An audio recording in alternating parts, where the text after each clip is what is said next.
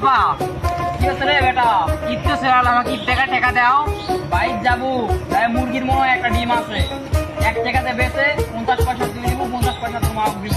তাহলে তাহলে আমি তো আছি, থাকো। আচ্ছা যা।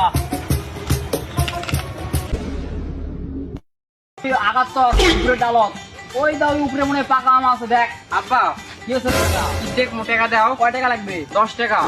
10 টাকা লাগবে, ধরলে তেলাও তাহলে। আচ্ছা যা। ও তুই আমরা বাড়ি। 20 years later. আব্বা কি হচ্ছে রে বেটা? ঈদ করবো, টাকা দাও। কয় টাকা লাগবে? 2000। এই কয়টা লিবু? এই কয় টাকা আমার ঈদ হবে না, আরো লাগবে। কয় টাকা লাগবে? 2000। 2000 টাকা তোকে দেওয়া পাবো না, তুই কি করবো কর দিনি?